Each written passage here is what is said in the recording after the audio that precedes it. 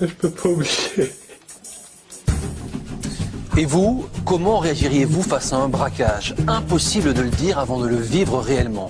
En Belgique, il y a plus de 4000 braquages chaque année et autant de traumatismes pour les victimes. Voici des témoignages rares. Ils sont recueillis par Valentin Boisgelot pour les jours d'après. Je m'appelle Valentin Boisgelot. Chaque semaine, je pars à votre rencontre pour vous permettre de témoigner. Mon objectif, comprendre votre actualité les jours d'après. Cette semaine, je suis parti à la rencontre d'un phénomène inquiétant. Les braquages à main armée. Des agressions violentes, extrêmement traumatisantes pour les victimes. Il y en a 4000 chaque année en Belgique, plus de 10 attaques par jour. La cible des braqueurs, ce ne sont plus les grandes banques ou les fourgons blindés. Ils ciblent désormais les petits commerces en dehors des grandes villes. Mais comment se relèvent les victimes? Première étape, Philippeville en province de Namur, une petite commune qui a fait grand bruit dernièrement. Dans cette bijouterie, 2 hommes ont commis un casse d'une extrême violence, entièrement filmé. Bonjour, enchanté.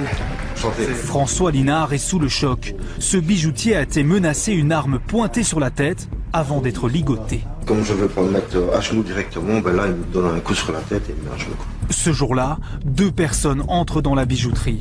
Ils sont armés mais se font passer pour des clients. L'un d'entre eux regarde des montres, rien n'indique qu'il s'agit de braqueurs. Ils opèrent même à visage découvert, comme si rien ne les inquiétait. La scène dure une demi-heure, jusqu'au moment de payer. Lorsque le vendeur tourne le dos, le braqueur sort son arme et menace de tirer. Qu'est-ce qu'on pense au moment même? On pense pas à grand chose en fait, on se dit qu'est-ce qui se passe, on se met à terre, on attend et on attend qu'il donne les ordres et on espère qu'il va pas tirer partout quoi, c'est vraiment violent. Ouais.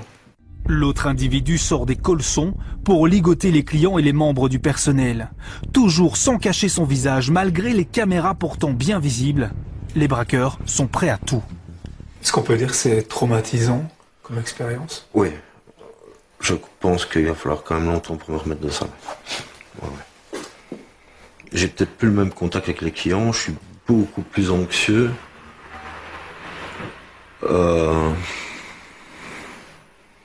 Ouais, on peut dire que j'ai peur, ouais.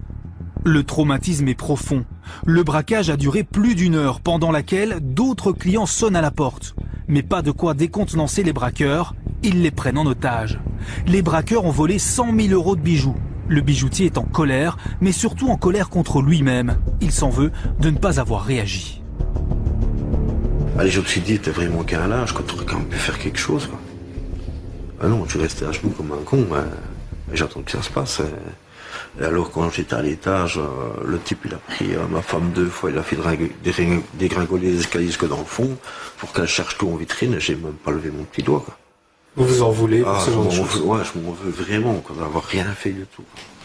Un sentiment de culpabilité tenace. Et pourtant, François Linard a sans doute eu la meilleure réaction dans telle situation, n'opposer aucune résistance. Au final, le bijoutier s'en sort avec un profond choc traumatique, mais les dégâts auraient pu être bien plus tragiques. Pour le comprendre, je me rends à Roisin, en province de Hainaut, à la frontière française. Une petite ferme avec un bar-tabac tenu par une famille. Ici, fin octobre, un homme a été tué lors d'un braquage. Je souhaite en savoir plus.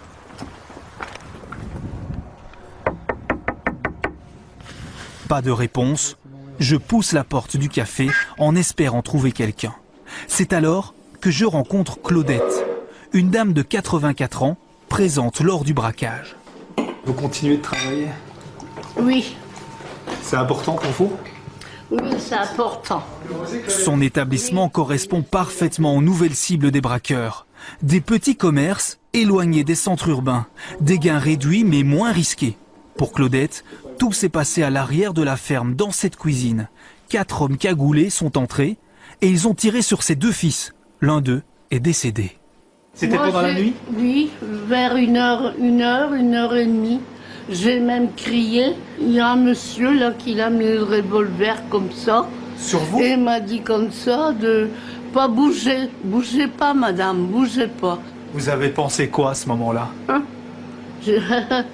J'ai rien pensé, j'ai vu que mes 2 garçons, ils étaient...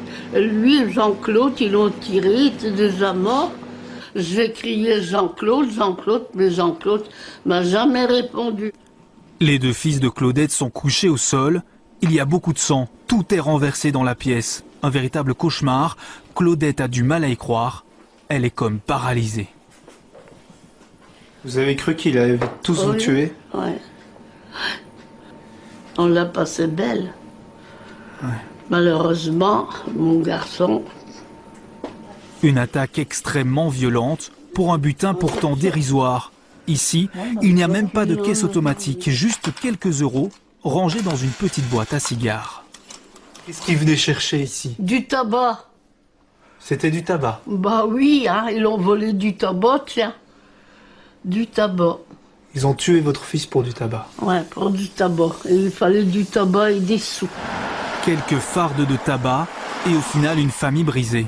Je pars à la rencontre du fils qui a survécu. Il est hospitalisé dans un centre de réadaptation à Mons. Bernard passe ses journées dans cette chambre avec pour seul élément personnel une photo de son frère décédé. Est-ce que je peux prendre une chaise? Oui, vous pouvez, je vous en prie, s'il vous plaît. Vous vous souvenez de cette nuit-là? Comment ça s'est passé? Ah là, je peux pas oublier. Hein. Ah non, je peux pas oublier. Non, mais ça, c'est... Ça, je peux pas oublier. Ça, je l'oublierai jamais. Ça reste marqué à vie. J'allais commencer à m'endormir et après, j'ai entendu maman crier. Donc, je me suis levé. J'ai dit, Jean-Claude, lève-toi, il y a quelque chose, c'est pas normal. Je dis, il y a quelque chose qui se passe, maman, elle se plaint. Donc, je me suis levé.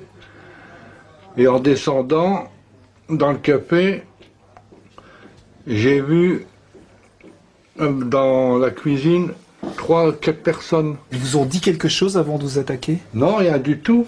On s'est battu comme ça. Et sur l'entrefaite, mon frère est arrivé et il n'a rien su faire. Ils ont tiré dessus.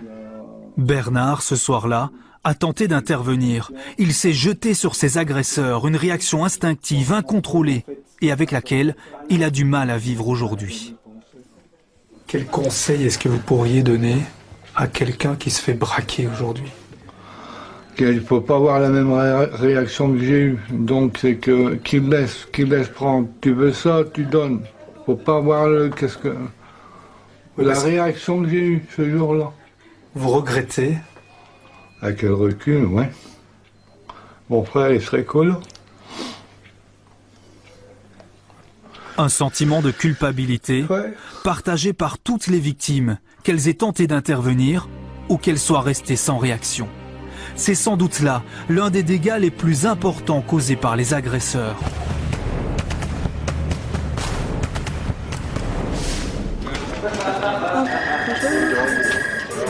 Souvenez-vous, il y a quelques mois, un mouvement de grève touchait les prisons de Belgique francophone. Depuis, il est difficile pour une caméra de télévision d'entrer dans un établissement pénitentiaire.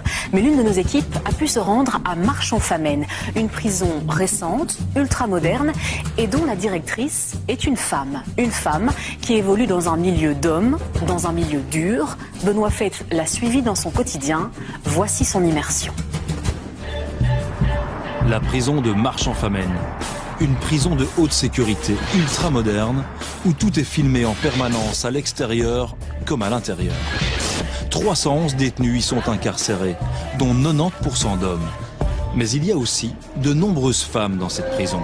Elles sont agents pénitentiaires, employées administratives, psychologues ou encore directrices, comme Marie, une femme qui évolue au contact des détenus avec une aisance plutôt surprenante. À 35 ans, Marie possède déjà une longue expérience en milieu carcéral. Salut Jean-Paul, ça va? Plus de 10 ans de carrière. Et de toutes les prisons où elle a eu l'occasion de travailler, c'est clairement celle-ci qu'elle préfère. Je suis vraiment très fière de ma prison et je suis hyper contente de la montrer, même si à la base je ne suis pas une grande adepte des prisons. Un paradoxe que Marie assume. C'est que la jeune femme a une idée très précise de ce qu'elle veut apporter ici. Du cadre, du respect Bonjour. et de l'humanité. De quoi tisser une relation constructive avec chaque détenu. On sait se voir 2 minutes en aparté. Bonjour les filles. Bonjour tout le monde. Ça va? Vous allez bien? Ça va bien, merci. Chaque jour, elle passe ainsi par ces longs couloirs où les détenus peuvent circuler librement une bonne partie de la journée. Seule, sans protection rapprochée, elle va tout naturellement à leur rencontre. Je passerai tantôt, ça va? De rien. Si vous la voyez pas aujourd'hui, vous m'écrivez un petit mot en me disant que vous l'avez pas vue aujourd'hui et moi je la réinterpellerai, d'accord? Je verrai ce qu'il en est, comment ça se fait. Ça va, d'accord, merci. Une femme seule dans un milieu d'hommes, plutôt costaud d'ailleurs. Mais la directrice ne semble pas plus impressionnée que ça. C'est qu'entre elle et les détenus, il existe une véritable relation de confiance. Il faut que la direction prenne un risque et me fasse confiance. Ça, par rapport à la confiance, vous savez que comme vous êtes maintenant, vous l'avez, ma confiance. Je vous l'ai montré à plus d'une reprise, il me semble. Et vous, ça va? Oui, vous? Ouais, vous êtes libérés bientôt? Ouais, c'est super. Il était temps, hein? Hey, faites bien ça, hein? Ouais, surtout. ne vous inquiétez pas. Ça va. Je fais ça très bien. Ça, je sais. Allez, à bientôt. Bientôt. Honnêtement, là, je n'ai aucune crainte au quotidien. Et je connais les détenus, donc la majorité du temps, les problèmes se règlent dans le dialogue. Je suis pas toujours d'accord avec eux, ils sont pas toujours contents sur moi non plus. Mais on en discute et la majorité du temps, on arrive à régler les conflits comme ça. Et voilà, même les autres détenus, en fait, sont aussi un peu là pour temporiser, j'ai l'impression. Donc, honnêtement, je me sens pas en insécurité. Marie est souvent amenée à traiter les demandes personnelles des détenus. Des requêtes en tout genre qu'elle découvre le matin en ouvrant son courrier. Il y a un détenu qui me demande un entretien dans le cadre de son dossier, un autre qui me demande si j'ai des nouvelles concernant sa PS, un qui m'écrit gentiment pour me remercier de l'avoir soutenu dans son projet permis de conduire, donc il a obtenu son permis de conduire et donc j'ai écrit un petit mot pour le féliciter et il me dit merci pour ça, donc ça c'est un courrier qui me fait plaisir aussi. Mais ce qui lui fait moins plaisir, c'est quand certains détenus profitent de sa confiance pour prendre quelques libertés lors des permissions de sortie. C'est vrai que on est toujours un peu surpris ou déçu ou inquiet quand un de nos détenus, par exemple, ne revienne pas. Ça arrive assez fréquemment, malheureusement, qu'ils s'évadent pendant leur congé, ils reviennent pas. Et c'est donc, fréquent, ça. Fréquent, c'est pas tous les jours, loin de là, mais ça m'a déjà arrivé plus d'une fois depuis l'ouverture de la prison ici à Marche. Maintenant, ils le font pour des raisons diverses. Il y en a qui reviennent 2-3 jours après, il y en a qui reviennent avec la police. Généralement, ils finissent toujours par revenir d'une façon ou d'une autre. Bonjour tout le monde. Le régime de détention de la prison de Marche est pourtant beaucoup moins lourd qu'ailleurs en Belgique. Une volonté de la direction qui cherche à développer ici un nouveau modèle carcéral avec un peu plus de liberté et un peu plus de confort. Et à en croire ce détenu, c'est plutôt réussi. C'est pas une grande cellule, mais c'est toujours mieux que des autres prisons. Ici, on a un évier, ici, une toilette avec une douche qui dure pendant 8 minutes tous les jours, avec une belle chaleur. Là, c'est le mur qui couvre. Là, vous voyez, c'est un lit. Une prison moderne, propre, sans surpopulation carcérale, c'est plutôt rare en Belgique. Alors pour de nombreux détenus, être incarcéré ici, c'est finalement un moindre mal. C'est toujours mieux pour un détenu, je pense. Surtout quelqu'un qui a purgé autant d'années. Maintenant, s'il y a un nouveau qui vient, qui n'a jamais tombé en prison, qui vient dans une prison ainsi, il croit que c'est ça la prison. Donc il va penser que toutes les prisons, c'est ainsi. Non. Ici, c'est la prison pour des gens qui ont purgé, qui ont passé, qui ont fait la guerre. Dès que tu viens ici, tu te reposes. Parce qu'ici, il n'y a pas de problème. Mais il n'y a pas que des condamnés dans cette prison. Il y a aussi ceux qu'on appelle les prévenus. Des détenus qui sont incarcérés alors qu'ils n'ont pas encore été jugés. Ils sont une cinquantaine dans ce cas à Marche, dont ces trois-là qui viennent tout juste d'arriver. C'est la première fois en prison pour vous trois? Ok. Comment ça se passe depuis hier? Marie prend alors le temps de rencontrer ses détenus de passage avec toute sa bienveillance. J'ai pris le temps avec eux de leur expliquer le mode de fonctionnement de la prison de façon générale, dans les grandes lignes. Et après, je les ai vus individuellement pour m'assurer qu'ils n'étaient pas trop sous le choc, qu'ils tenaient le coup, parce que pour des entrants de liberté, pour une première fois en prison, c'est toujours un choc, la première incarcération. Présente à chaque étape de leur incarcération, Marie tente ainsi d'humaniser les relations avec les détenus. Mais qu'on ne s'y trompe pas. L'exemple de Marche reste une exception en Belgique. Un cas à part dans ce pays qui est régulièrement condamné par le Conseil de l'Europe pour les conditions de détention exécrables qui règnent dans ces nombreuses prisons. Un arbre qui cache un peu la forêt, mais qui a au moins le mérite d'exister.